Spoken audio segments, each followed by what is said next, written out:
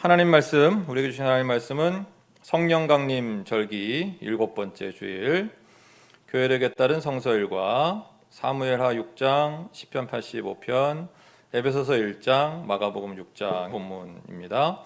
그 중에 성경 봉독 시편 85편 8절부터 13절까지 말씀을 세 번역으로 제가 봉독하겠습니다.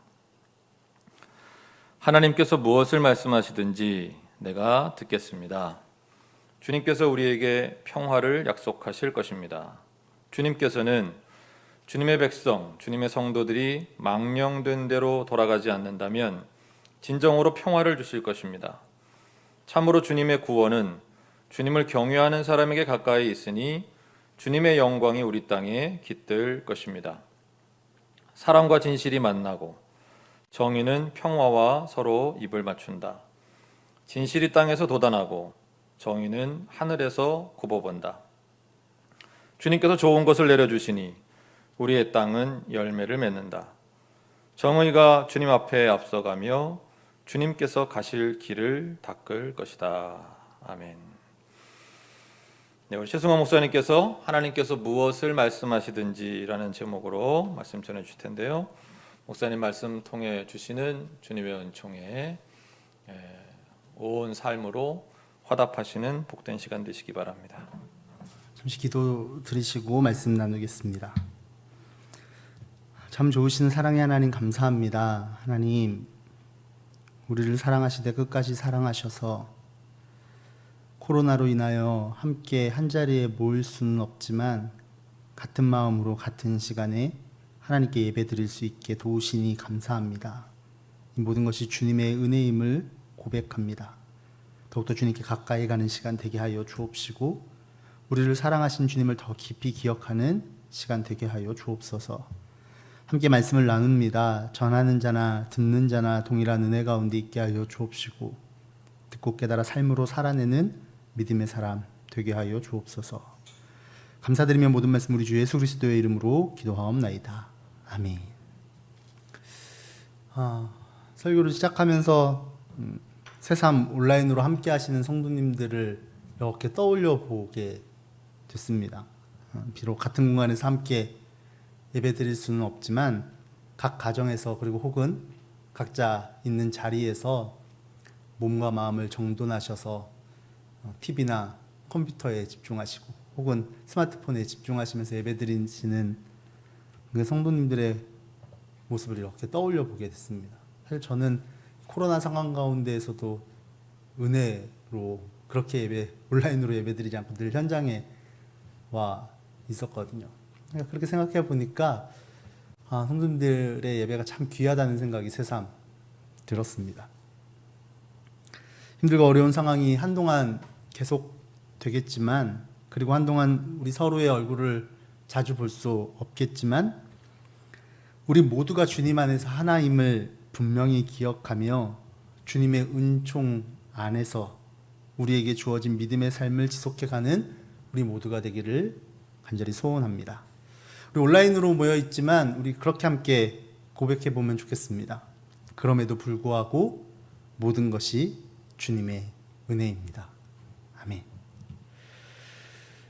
제가 간만에 주일 설교 강단에 섰어요. 사실 이 거리두기 4단계 발표 전에 담임목사님께서 설교하라고 하셔서 준비는 하고 있었어요. 근데 뉴스가 점점 심상치 않아지는 거죠. 그래서 잘하면 나 설교 강단에 섰을 때 온라인이겠는데 뭐 이런 마음이 들었고 결국은 정말로 그렇게 됐는데 사실 처음 있는 일은 아닌데 새삼 더 긴장이 되는 것 같습니다.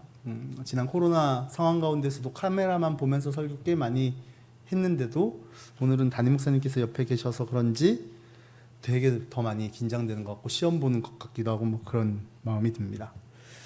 저도 여러분도 서로 힘들고 어려운 시간이지만 삼위일체 하나님의 현존 앞에 우리의 마음을 다하여 드리는 예배가 되기를 주님의 이름으로 축복합니다. 이제 본격적으로 말씀을 함께 보겠습니다. 먼저 복음서 본문을 보시면 본문 내용은 여러분 잘 알고 계시는 이야기입니다. 헤롯 왕이 예수님의 소문을 듣고 옛날에 자기가 목을 베어 죽였던 그 세례 요한이 살아난 것으로 생각이 된 것이죠. 그래서 그 과거에 한 소녀 한 약속 때문에 세례 요한의 목을 베어 죽인 그 일을 회상하는 것처럼 그 과거의 장면으로 이렇게 장면이 전환되어진 말씀이 오늘 본문에 기록되어 있습니다. 그런데 이 본문을 읽으면서 설교 준비하는 내내 사실 마음이 좀 복잡하고 그랬습니다. 왜냐하면 이유가 두 가지가 있는데, 하나는 본문 20절 말씀을 보시면 헤롯은 비록 요한을 죽이려는 그 헤로디아 때문에 요한을 옥에 가두었지만 그 요한을 의롭고 성스러운 사람으로 여겼다 그랬습니다. 그래서 그를 보호하고 그를 이렇게 감싸 안아 주었던 거죠. 게다가 세례 요한이 전하는 말을 듣고서 괴로워하면서도 오히려 달게 들었다 그랬습니다. 괴로워하면서도 오히려 달게 들었던 세례 요한의 말, 그건 아마도 하나님의 말씀이었겠죠. 분명 헤롯은 세례 요한을 통해 그 하나님의 말씀을 듣고 깨달은 바가 있었던 것 같습니다. 그래서 때로는 괴로워하기도 했지만 세례 요한이 전하는 그 말을 달게 들으며 그 세례 요한을 성스럽고 의롭게 여겼던 것 같습니다. 그런데 복음서 본문 끝부분을 보시면 자신의 생일잔치에 춤을 춘 그 헤로디아의 딸과 한 약속과 맹세 때문에 그렇게 하고 싶지 않아 마음이 괴로웠음에도 불구하고 세례 요한을 죽였다, 이렇게 기록하고 있습니다. 그 맹세라는 게 도대체 뭐길래, 그 소녀와 한 약속이 도대체 뭐길래 자신이 의롭고 성스러운 사람이라고 여겼던 세례 요한, 자신에게 괴롭지만 달 그 이야기를, 그 말씀을 전해준 그 세례 요한의 목을 베어 죽인 걸까? 도무지 이해가 가지 않았습니다. 또 둘째는 이유 어쨌든 간에 이 본문이 성서 일과로 우리에게 주어졌는데 이 복음서 본문이 그럼 다른 성서 일과 본문과 무슨 상관이 있고 설교자로 선 나는 성도들과 이 본문 가지고 무슨 얘기를 나눠야 되는 거지? 하는 것 때문에 설교 준비하는 기간 꽤 오랜 시간이 힘들었습니다. 솔직하게 설교를 준비하기 위해서 이 성서일과 본문들을 쭉 인쇄해서 보면서 마가복음 본문 내용을 보자마자 마음에 든 생각은 큰일 났다. 이거 어떻게 해야 되지? 세례 요한이 죽은 어떻게 해야 되지? 이런 마음이 제일 먼저 들었습니다. 그러면 제가 이 복음서 본문을 묵상하고 또 설교를 준비하면서 어떤 그 내용으로 정리를 했을지는 조금 이따가 다시 나누기로 하고, 먼저 사무엘하 본문을 함께 보시겠습니다. 오늘 사무엘하 본문은 다윗이 하나님의 궤, 즉 법궤를 예루살렘에 있는 다윗 성으로 옮기는 모습을 보여주고 있습니다. 우리가 잘 알고 있는 말씀이지만 의미를 생각하면서 먼저 본문 1절에서 5절까지의 말씀을 세 번역으로 함께 읽겠습니다. 제가 읽어드릴게요. 다윗이 다시 이스라엘에서 정병 3만 명을 징집하여서 그들을 모두 이끌고 유다의 바알라로 올라갔다. 거기에서 하나님의 궤를 옮겨올 생각이었다. 그 궤는 그룹들 위에 앉아 계신 만군의 주님의 이름으로 부르는 궤였다. 그들이 언덕 위에 있는 아비나답의 집에서 하나님의 궤를 꺼내서 새 수레에 싣고 나올 때에 아비나답의 두 아들 우사와 아히오가 그 새 수레를 몰았다.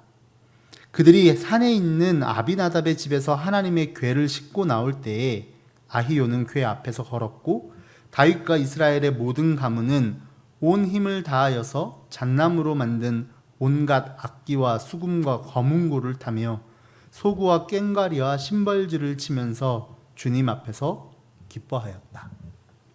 그럼 장면이 이렇게 그려지시나요? 1절 말씀처럼 다윗은 정예병력 3만 명을 모았습니다. 그리고 2절에 그들 모두를 이끌고 유다의 바알라로 올라갑니다. 대단한 광경이었을 거예요. 정예병력이니까 그 행진이 대단했겠죠. 아마 장관이었을 거예요. 착착 오하열을 맞추어서 하나님의 궤를 움직이는 그 장면 말이죠.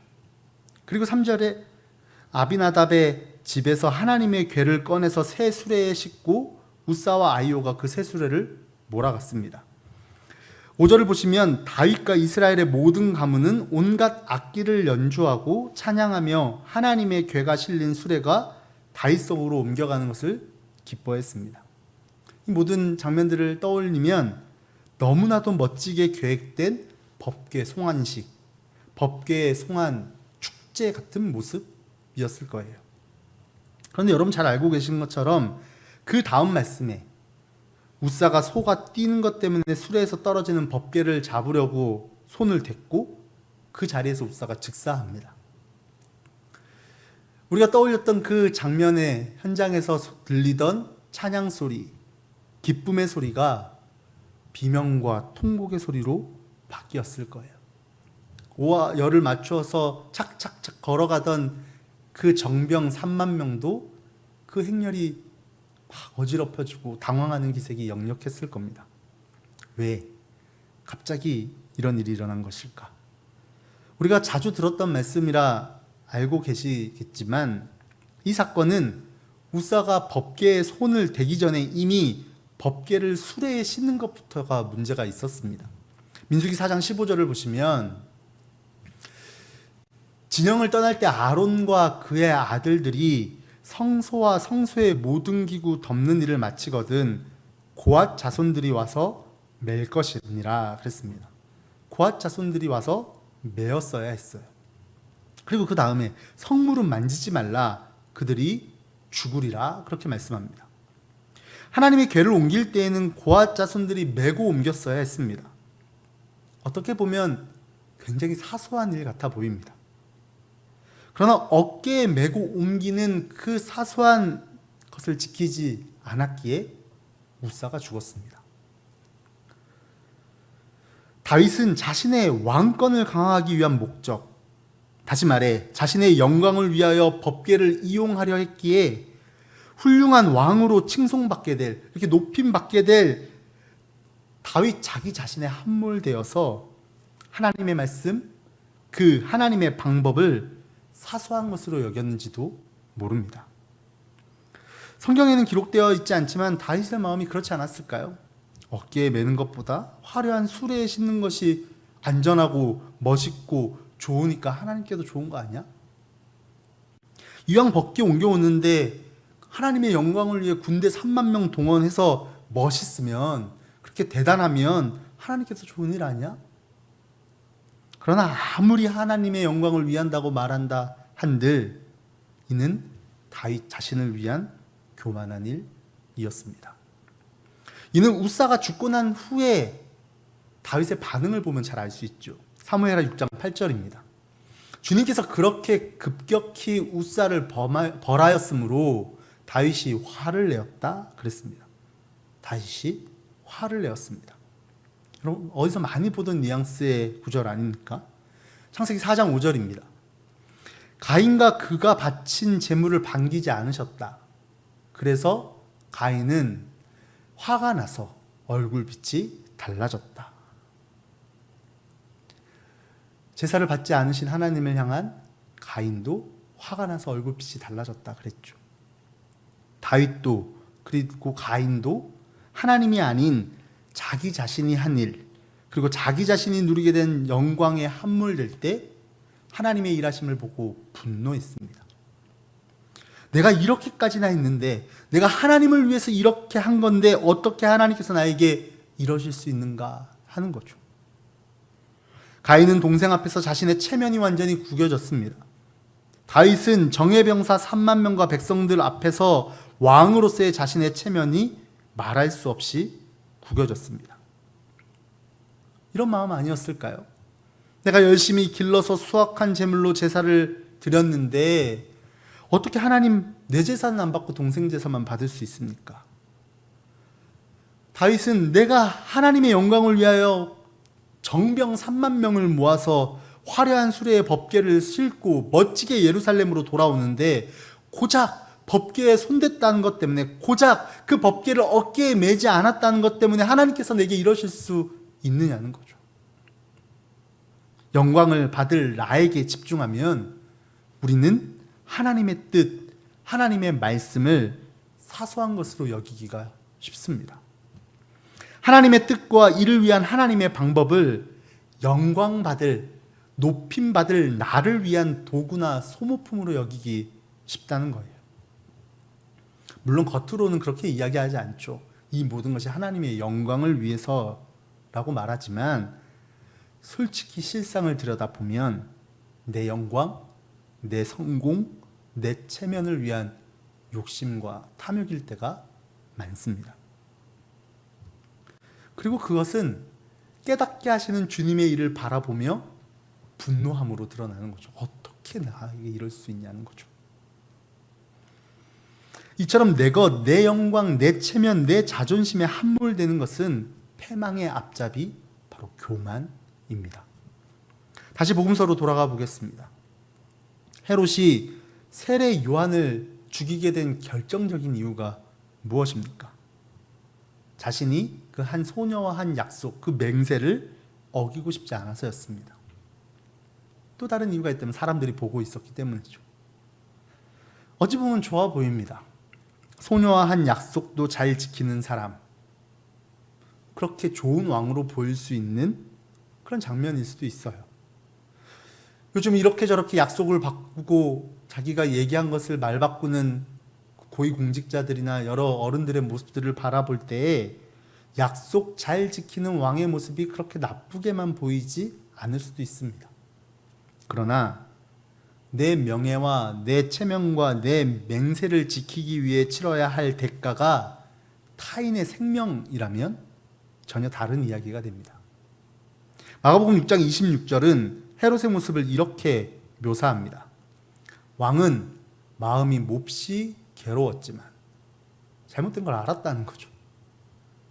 그러나 맹세한 것과 거기에 함께 앉아있는 사람들 때문에 소녀가 달라는 것을 거절할 수 없었다. 자신의 체면이, 자신의 맹세가 어떻게 자신이 의롭다고 성스럽다고 여기던 세례 요한의 목숨보다 중요하다고 생각할 수 있을까? 이는 자기만 보이는 교만 때문입니다. 이처럼 자기 스스로에게 함몰되어 살아가는 교만한 인생은 누구나 헤롯같이 하나님의 뜻과 섭리 그리고 그분께서 추구하시는 가치보다 내 삶, 내 명예, 내 자존심, 내 체면이 소중하다고 생각하는 삶을 살 수밖에 없습니다. 정도의 차이만 있을 뿐 어쩌면 우리도 하나님의 말씀을 듣지 못하고 생명의 가치를 사소하게 여기며 살아가고 있는 교만한 사람인지도 모릅니다. 이는 세례 요한을 죽음으로 몰고 있는 그 교만한 헤롯의 모습과 같죠. 제가 이 내용을 원고로 옮기면서 제가 얼마나 나를 위해 주님의 말씀을 사소하게 여기며 살아왔는지를 생각해 보게 되었습니다. 특히나 요즘 환경 문제가 심각하잖아요. 근데 환경을 보호하며 지키는 일이 중요하다고 말을 하면서도 그 일을 얼마나 사소하게 여기면서 살았는지를 돌아보게 되었습니다. 우리가 환경을 지키고 살아야 된다는 생각을 하다가 그 생각이 무너질 때가 언제죠? 이 정도는 뭐 어때? 하고 생각하면서 내 편의, 내 시간, 내 욕심에 집중할 때 그것이 사소해지고 내 편의와 내 생각과 내 시간이 더 소중하게 여겨지는 것이잖아요. 그렇게 생각하다 보니 내가 정말 교만한 인간이었구나. 이것뿐만 아니라 나에게 주신 하나님의 말씀을 내가 너무 가볍고 사소하게 여기며 사는구나. 그런 마음이 들었습니다. 그러나 오해해서는 안 됩니다. 하나님의 말씀은 목숨 걸고 지켜야 하는 서슬퍼런 공포의 명령이 아닙니다. 다시 사무엘하 본문으로 돌아가 보겠습니다. 우리 중에 그렇게 생각하시는 분은 아무도 없으시겠지만 만약 이 본문을 읽으면서 하나님의 말씀을 사소하게 여기고 지키지 않으면 우사처럼 죽을 수 있으니 조심해야 된다. 이렇게 이해하면 우리 중에 오늘 살아있을 사람은 아무도 없을 겁니다. 뿐만 아니라 성서일과 사무엘하 본문의 나머지 12절 하반절의 본문, 그러니까 다윗이 기쁜 마음으로 하나님의 궤를 오벳에돔의 집에서 다윗성으로 옮기고 있는 이 말씀을 이해할 수가 없습니다. 만약 다윗이 그 하나님의 일하심을 보면서 지키지 않으면 죽을 수도 있구나라는 말씀으로 계속 이해했다면 다윗은 9절의 말씀처럼 하나님을 계속 무서워했어야 했습니다. 사무엘하 6장 9절 말씀을 보면 그날 다윗은 이 일 때문에 주님이 무서워서 이래서야 내가 어떻게 주님의 궤를 내가 있는 곳으로 옮길 수 있겠는가 하였다 그랬습니다. 분명 9절에서 다윗은 웃사가 죽고 나서 무서워했습니다.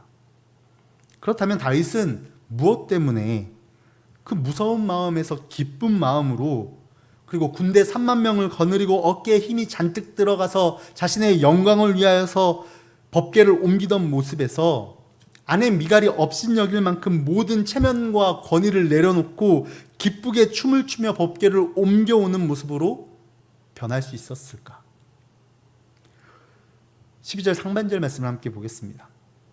누군가가 오벳에돔의 집에 하나님의 궤를 보관하였기 때문에 주님께서 오벳에돔의 집과 그에게 딸린 모든 것에 복을 내려주셨다는 소식을 다윗 왕에게 전하였다. 다윗이 변하였던 이유는 누군가가 전한 그 소식을 들었기 때문입니다.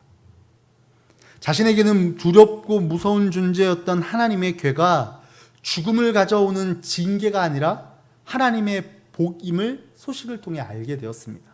그리고 깨달았을 거예요. 법궤를 옮기면서 자기가 무엇을 잘못했는지, 자신이 얼마나 자기밖에 모르는 교만한 인간이었는지 깨달았을 겁니다.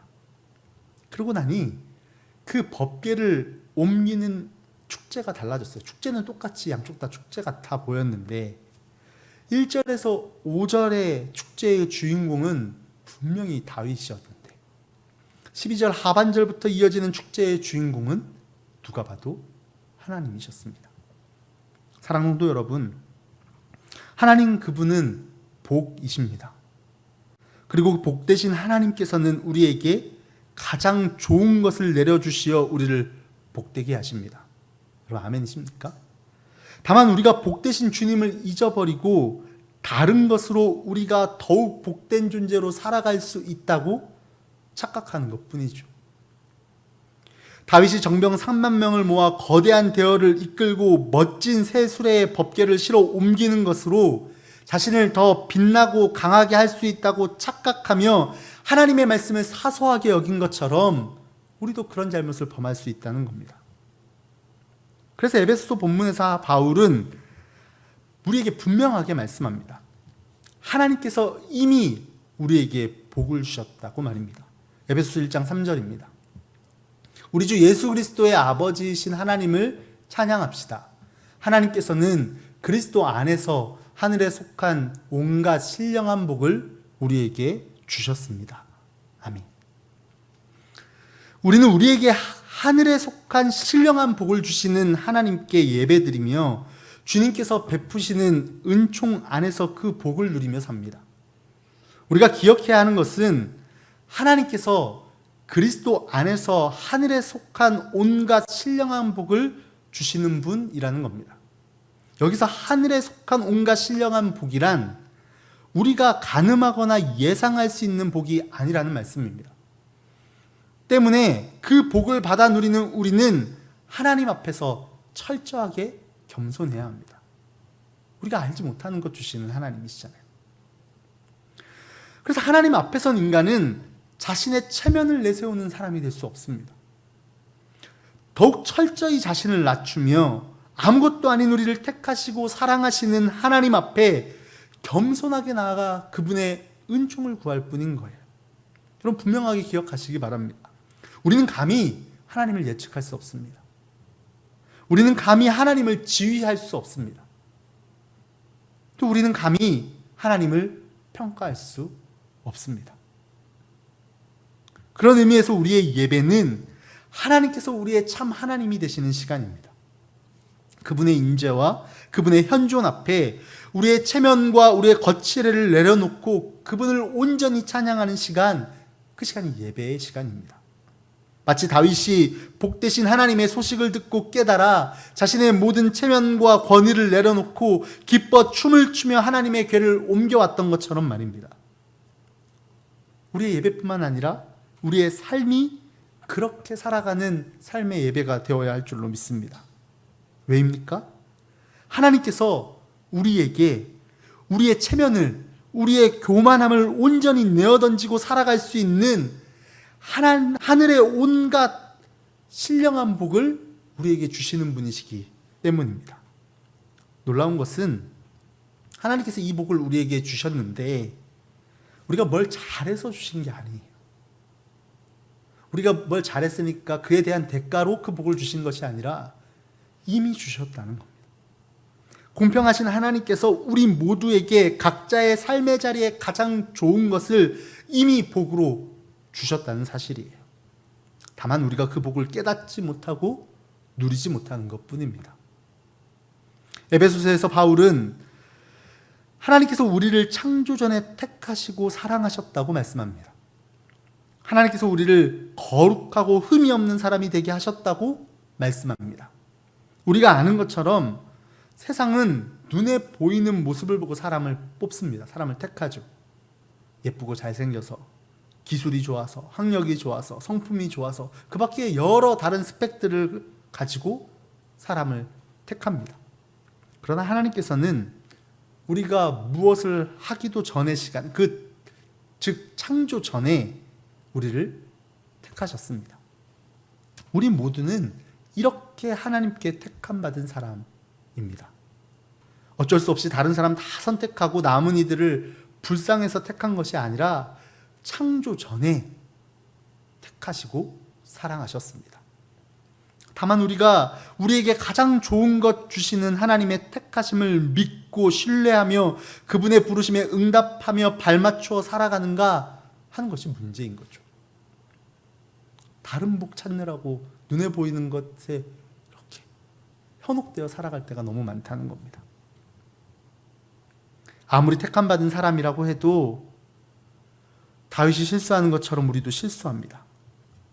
눈에 보이는 것에 이끌려 우리의 체면, 우리의 자존심, 우리가 받을 영광에 함몰되어 살아가다가 하나님 그분의 택하심을, 하나님 그분의 일하심을, 하나님 그분의 말씀을 잊어버릴 때가 얼마나 많습니까? 우리의 반복되는 신앙생활을 통해 우리는 그분의 말씀을, 그분의 임재를, 그분의 택하심을, 그분의 복을 재발견해야 할 줄로 믿습니다. 아무것도 아닌 우리를 택하셔서 그분의 자녀 삼으시고 복 주시며 그분의 말씀을 통해 가장 복되고 좋은 삶으로 이끄시는 그 하나님을 기억하는, 그로 말미암아 그분과 함께 동행하는 저와 여러분이 되시기를 주님의 이름으로 축복합니다. 에베소서 1장 4절과 5절 말씀을 보시겠습니다. 하나님은 세상 창조 전에 그리스도 안에서 우리를 택하시고 사랑해 주셔서 하나님 앞에서 거룩하고 흠이 없는 사람이 되게 하셨습니다. 하나님은 하나님의 기뻐하시는 뜻을 따라 예수 그리스도를 통하여 우리를 하나님의 자녀로 삼으시기로 예정하신 것입니다. 하나님께서는 우리를 택하시고 사랑해 주시고 거룩하고 흠이 없는 사람이 되게 하셨을 뿐만 아니라 하나님의 기뻐하시는 뜻을 따라 예수 그리스도를 통하여 우리를 하나님의 자녀로 삼으시기로 예정하셨다, 그렇게 말씀합니다. 유진 피터슨 목사님은 그의 책 부활을 살라라는 책에서 이 예정하다라고 번역된 헬라어 동사 프로오리조라는 동사가 경계라는 뜻의 헬라어 명사 오로스에서 파생된 동사라고 설명합니다. 그래서 이 예정하다라는 문자적인 의미가 한계를 설정하다, 경계를 표시하다라는 뜻이 된다고 말합니다.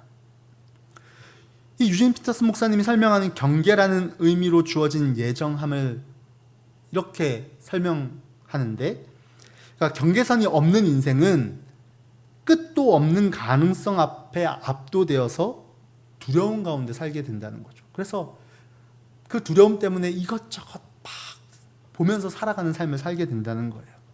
그러나 하나님께서 예정하신 경계 안에서 사는 인생은 하나님께서 우리를 택하신 그 의도와 목적이 있는 삶을 살게 된다는 것입니다. 저는 일리가 있다고 생각합니다. 하나님의 예정을 말할 때 우리는 가끔 이렇게 오해하기도 해요. 이미 다 예정되어 있는데 아무렇게 살아도 결국 그렇게 똑같이 되는 거 아니야? 그럼 막 살아도 되는 거 아니야?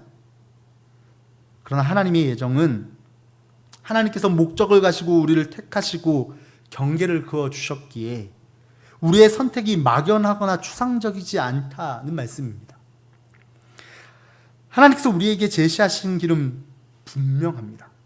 생명의 길, 분명하게 우리에게 제시하십니다.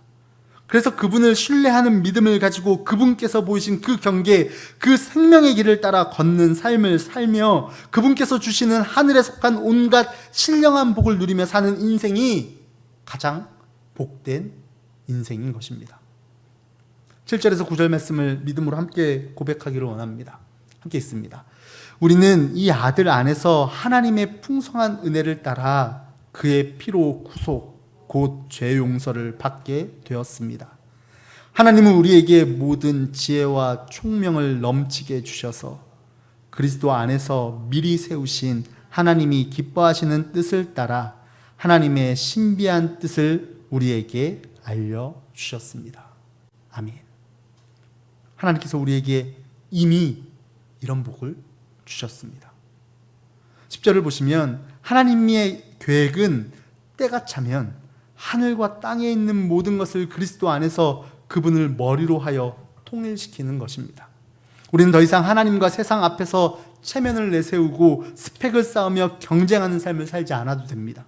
그저 우리의 머리 되시는 주님을 믿는 믿음으로 하나님의 계획하심에 동참하여 발 맞추어 걷는 걸음을 끊임없이 걸으면 됩니다. 그리고 하나님의 때를 겸손히 인내하며 기다리는 거예요. 우리에게 주어진 믿음의 삶을 살면서 말이죠. 오늘 그분의 말씀에 겸손히 순종하는 삶, 그분의 말씀에 의지하여 내게 주신 삶의 씨앗을 내 삶의 자리에 심으며 그분의 때를 기다리는 것입니다.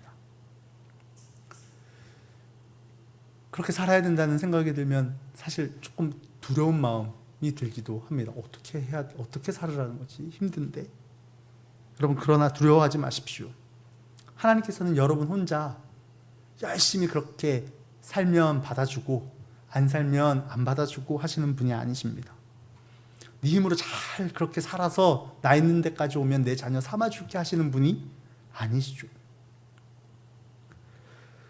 성경 분명히 우리에게 말씀합니다. 예수 그리스도를 믿음으로 그 길을 따르는 우리를 성령께서 도우십니다. 13절과 14절 말씀이 있습니다. 여러분도 그리스도 안에서 진리의 말씀 곧 여러분을 구원하는 복음을 듣고서 그리스도를 믿었으므로 약속하신 성령의 날인을 받았습니다. 이 성령은 하나님의 소유인 우리가 완전히 구원받을 때까지 우리의 상속의 담보이시며 우리로 하여금 하나님의 영광을 찬미하게 하십니다. 성령께서는 하나님의 소유인 우리가 완전히 구원받을 때까지 우리가 하나님의 영광을 찬미하며 살아갈 수 있도록 우리의 담보가 되셔서 우리를 도우십니다. 그럼 그 성령의 도우심을 믿고 우리에게 주어진 삶을 믿음으로 살아가는 저와 여러분이 되면 좋겠습니다. 제 말씀을 정리하려고 합니다. 시편 기자는 8절 상반절에 이렇게 고백합니다. 하나님께서 무엇을 말씀하시든지 내가 듣겠습니다. 우리 스스로에게 물어보면 좋겠습니다. 하나님께서 무엇을 말씀하시든지 들으시겠습니까?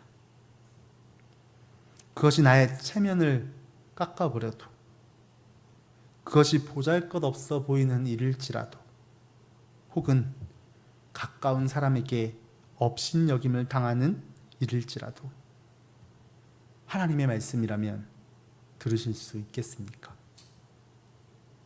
그 말씀을 따르는 것이 사람들 보기에 형편없고 보잘것없어 보이는 길일지라도 그 길을 따름이 주님께서 우리에게 이미 예정하신 경계, 그 생명의 길이라면 우리에게 평화를 약속하시는 주님을 신뢰하며 따라 걷는 저와 여러분 되시기를 주님의 이름으로 축복합니다.